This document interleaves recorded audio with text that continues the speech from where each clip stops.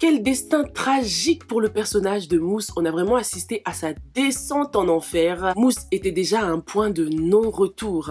C'est sûr que lorsque tu rentres dans ce monde, le monde de la drogue, un monde dangereux, there is no turning back, les gars. Bon, la cause de son accident n'est pas directement liée à sa vie, genre de vendeur de drogue, mais quand même, s'il avait les idées claires, s'il avait fait plus attention, il ne se serait pas retrouvé dans une telle situation. En tout cas, espérons qu'il ne va pas succomber à ses blessures parce que si Mousse meurt, ça voudra dire que Sheck est dans des problèmes, les gars. Sheck sera dans de beaux draps, il risquerait peut-être même la prison puisqu'il était en tort. Il était en train de conduire au téléphone. Et si Cher va en prison, les gars, c'est toute l'entreprise Yeta qui sera menacée. Bonjour à tous et bienvenue sur Yeri TV. Je m'appelle Sylvia et sur cette chaîne, j'aime beaucoup parler des séries afro. Donc abonne-toi et active la cloche si toi aussi t'adores ça. Dans cette vidéo, on va parler de l'épisode 24 de la série Héritage. Un épisode qui était plein de rebondissements. L'épisode commence donc avec Tima qui va remettre les papiers du divorce en main propre à Tidjo. Papier de quoi? Papier de divorce.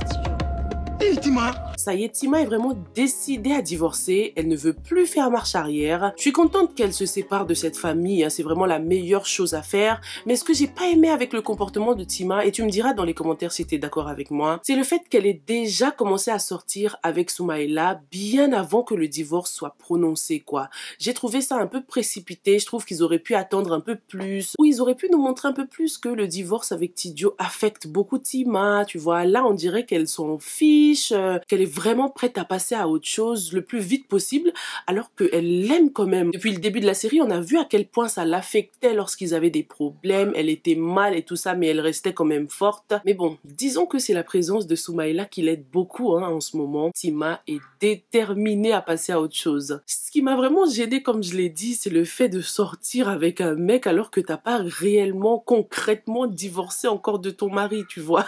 Dis-moi toi si ça t'a gêné aussi, est-ce que tu penses que Tima aurait pu attendre un peu avant de commencer à sortir avec Soumaïla ou pas? C'est vrai que Soumaïla, ça y est, il était devenu forceur là, il venait presque tous les jours dans son salon, il insistait. Au bout d'un moment, voilà, tu cèdes quoi. Surtout si le feeling passe et surtout si la lanceuse de Cory t'a déjà dit que de toute façon, Tidjo n'est pas l'homme de ta vie quoi. Tima et Tidjo se détestent maintenant, On dirait même pas qu'il y a seulement quelques épisodes, ils étaient amoureux comme jamais. Tidjo a accepté les papiers du divorce sans même supplier Tima. J'ai cru qu'il allait se jeter sur ses pieds, lui dire non s'il te plaît, accorde-nous encore une chance, ne fais pas ça. Rien du tout, c'est plutôt son ego qui a pris le dessus.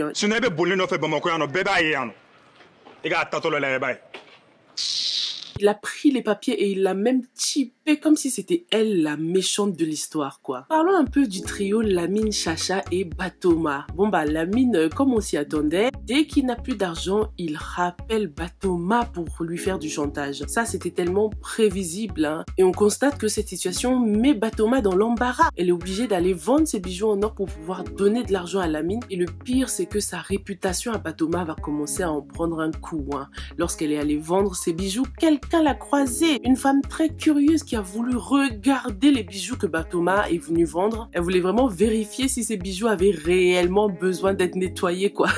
Donc c'est chaud pour Batoma. Et malheureusement, contrairement à ce qu'on a pensé d'elle jusqu'à présent, on sait vraiment que c'était une femme qui a du caractère. Batoma est très faible, et elle cède au moindre chantage de Lamine, quoi. Chacha et Lamine se sont donc remis ensemble. Bisous. Franchement, du n'importe quoi.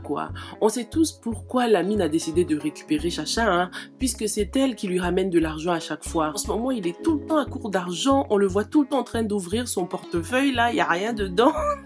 Et ça, c'est parce que Chacha n'était plus dans sa vie tous ces jours-ci. Mais maintenant qu'elle est revenue, il pourra avoir de l'argent d'elle plus de Batoma. Donc franchement, Lamine, il est bien là. Dans les revues précédentes, je disais que ce serait bien si un mec digne de ce nom venait récupérer Chacha, prendre soin d'elle. Mais est-ce que Chacha est prêt pour un vrai mec? C'est ça le truc, quoi. C'est ça la question à se poser. Pour l'instant, elle est tellement accro à Lamine que si elle croise un mec bien sur son chemin, elle ne serait absolument pas intéressée, quoi. La mère de Sheck lui a déjà trouvé une épouse digne de ce nom. Apparemment, cette fille est aussi une divorcée.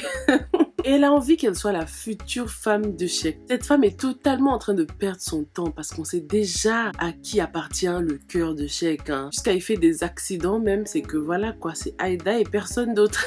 En plus, malgré tout, les choses commencent à s'arranger petit à petit entre Aïda et Sheikh. On a vu que donc Aïda est finalement allée voir la gynéco, ce qui est un bon début parce qu'elle était vraiment pessimiste. Elle n'avait aucun espoir et voulait rien entendre. Donc le fait qu'elle soit allée voir la gynéco quand même prouve qu'elle a envie que les choses s'arrangent quoi. Et puis le fait qu'elle commence à répondre aux appels de Sheikh aussi est un bon début. Les choses s'arrangent petit à petit, mais pas assez vite parce qu'en attendant, la maman de Cher a déjà trouvé quelqu'un qui est déjà venu à la maison quoi. C'est dingue ça. Prête à prendre la place de Aïda. Le père de Sheikh lui a conseillé de faire confiance en son oncle et c'est tout à fait ce que Sheikh a fait. Il a donc signé le contrat les yeux fermés, sans passer par les notaires. Dans un coin de ma tête, je me suis dit non, Sheikh, il a pas pu quand même faire ça. Mais il faut pas qu'on oublie que Sheikh n'a pas encore beaucoup d'expérience dans cette entreprise. Il vient juste de finir ses études. Donc c'est tout à fait possible et normal de faire des erreurs. Et justement, Malik est totalement en train de profiter de la naïveté de Cher quoi. Ce qui m'étonne quand même, c'est à quel point le père de Sheikh, il reste toujours positif en ce qui concerne son frère là. C'est comme s'il refusait de voir sa vraie nature quoi. Depuis qu'ils sont petits, il a toujours été gentil avec lui. Même de nos jours, c'est lui qui envoyait de l'argent pour payer la scolarité de Booba à l'étranger. S'il savait à quel point Malik a un cœur noir, à quel point Malik prépare un plan machiavélique depuis des années pour take over l'entreprise Yeta. Le pire des ennemis, c'est toujours l'ennemi interne. Dites-moi ce que vous en avez pensé, surtout dans les commentaires. Est-ce que tu penses que c'est la fin là pour Mousse? J'espère pas quand même, parce qu'au début de la série, Mousse était vraiment un jeune homme plein d'avenir, plein d'espoir. Donc ce serait tellement tragique qu'il finisse comme ça, sans travail, sans la femme de sa vie, sans rien, écrasé comme ça dans la rue. C'est grave triste. J'espère que cet accident sera un wake-up call pour lui, que ça va le réveiller, le secouer, c'est vraiment le cas de le dire. Il faut que Dieu lui accorde une seconde chance là pour qu'il reprenne sa vie en main quoi. Mais en tout cas cette fois-ci, ce ne sera pas du tout facile de reconquérir le cœur de Safia. Ce sera peut-être même trop tard, qui sait. On n'a pas vu Safia dans cet épisode, mais qui nous dit qu'elle n'a pas déjà embarqué pour un vol à destination de Paris quoi. Est-ce qu'il est vraiment trop tard pour le couple Mousse-Safia? Il m'avait saoulé Mousse, mais maintenant j'ai eu de la peine pour lui après l'accident là. J'ai envie de lui accorder une seconde chance quoi, tu vois. Et en plus, franchement, il a intérêt à survivre, parce que sinon ça créera de gros problèmes à Sheikh. Oh là là. Et donnez-moi votre point de vue concernant Tima. Est-ce que vous trouvez que sa relation avec Soumaïla a été trop rapide ou pas? Dites-moi tout. Hâte de vous lire, ok? Et on se retrouve dans la prochaine, les gars. Stay safe and stay blessed. Bye!